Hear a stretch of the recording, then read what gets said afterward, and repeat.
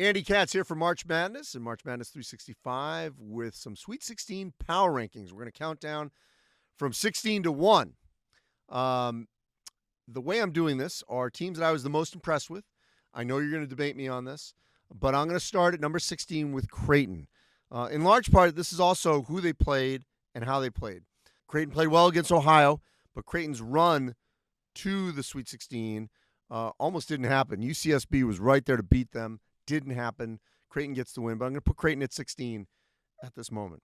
Villanova at 15, by far had the easiest path to the Sweet 16, and that's kind of why I put these two Big East teams at the bottom by who they played to get to the Sweet 16. Both played very well to get to the Sweet 16, but I've got Villanova and Creighton at 15 and 16. At 14, even though they knocked off some pretty high-level competition, it's hard for me to put Oral Roberts too high here, but because they beat Ohio State and Florida, I put Oral Roberts at 14. At number 13, I'm going with UCLA, first four to the Sweet 16, knocking off Michigan State, BYU, and then Abilene Christian. Abilene Christian upset Texas, so the Bruins had a, quote, easier road to the Sweet 16. At number 12, Houston. The Cougars beat Cleveland State, and then really had to eke out a win over Rutgers. Rutgers went into that prevent offense, and so the Cougars advance.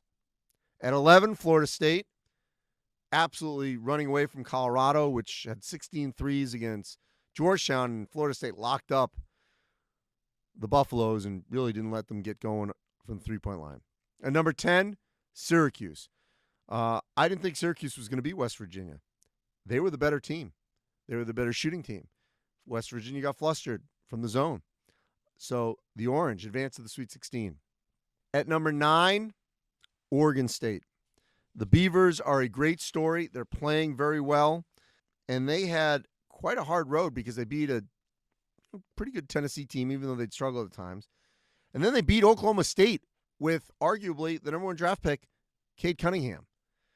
So Oregon State gets a lot of credit for that. At number 8, Arkansas. The Razorbacks knocked off Colgate and then Texas Tech. Solid wins. The reason Loyola is ahead of them at number 7, because the Ramblers took out Illinois, which I would argue probably was in the majority of brackets in the Final Four. So Loyola Chicago gets a ton of credit for beating Illinois. At number 6, Michigan. Number 1 seed, no Isaiah Livers, and they ran away from LSU in the last couple minutes, impressively in the last 5 minutes. At number 5, USC. The Trojans dominated Kansas. That win over Kansas was maybe the most impressive of a second-round win. At 4, Alabama. Alabama's offense was really good against Maryland. They locked down the Terps. I'm going with that Bama at 4. At 3, Oregon. The Ducks' win over Iowa offensively was second to me to USC's win over Kansas. Just an absolute display of how to beat a team at its own game. At number 2, Baylor.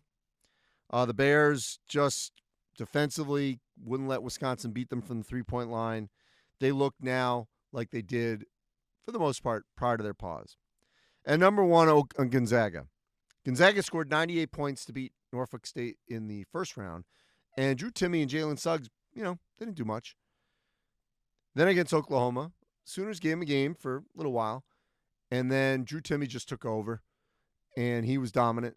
Suggs and Kispert got theirs. And their offense, just the second gear that they've got, it's incredibly impressive. And so they're looking the part as the number 1 overall seed and the team to beat.